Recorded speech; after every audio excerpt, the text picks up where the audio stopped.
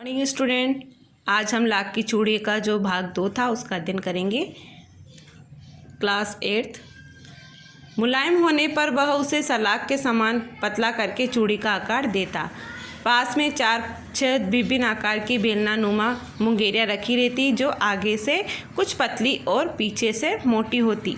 लाख की चूड़ी का आकार देकर वह उन्हें मुंगेरियों पर चढ़ाकर गोल और चिकना बनाता और तब एक एक कर पूरे हाथ की चूड़ियाँ बना चुकने के पश्चात उन पर रंग करता। प्रस्तुत पद्य में जो चूड़ियाँ बनाने का तरीका है उसके बारे में बताया है कि उसके पास एक बेलनाकार वस्तु होती थी लकड़ी की, जिस बेलन के आकार की वस्तु होती थी जिसमें आगे से एक भाग मोटा और एक भाग थोड़ा पतला होता था।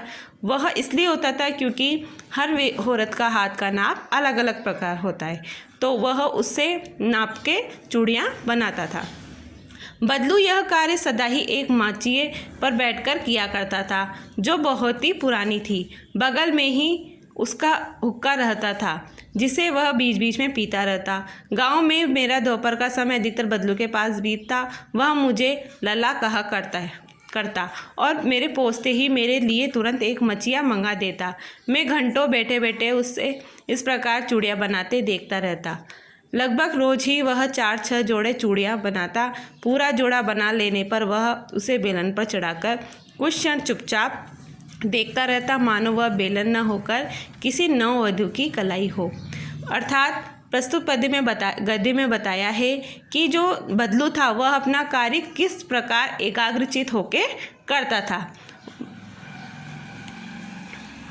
बदलू मनीहार था। चूड़ियाँ बनाना उसका पैतृक पेशा था और वास्तव में वह बहुत ही सुंदर चूड़ियाँ बनाता था। उसकी बनाई हुई चूड़ियों की खपत भी बहुत थी। उस गांव में तो सभी स्त्रियाँ उसकी बनाई हुई चूड़ियाँ पहनती थी। आसपास के गांव के लोग भी उससे चूड़ियाँ ले जाते थे। उसका अभी तक वस्तु विनिमय का तरीका था और लोग अनाज के बदले उससे चूड़ियाँ ले जाते। बदलू स्वभाव से बहुत ही सीधा था।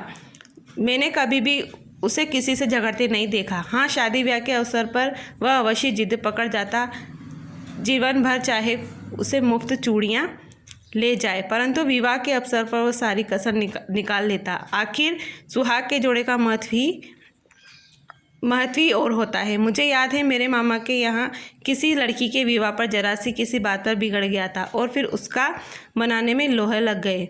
विवाह के में इसी जोड़े का मूल्य इतना बढ़ जाता है कि उसके लिए उसकी घरवाली को सारे वस्त्र मिलते हैं, ढेरों अनाज मिलता है, उसके लिए अपने लिए पगड़ी मिलती है और रुपए मिलते हैं। सो अलग प्रस्तुत गद्य में जो बताया है वह एक बदलू का व्यवहार बताया है और उसका जो तरीका था चूड़ियाँ बेचने का उसके बारे में बताया है।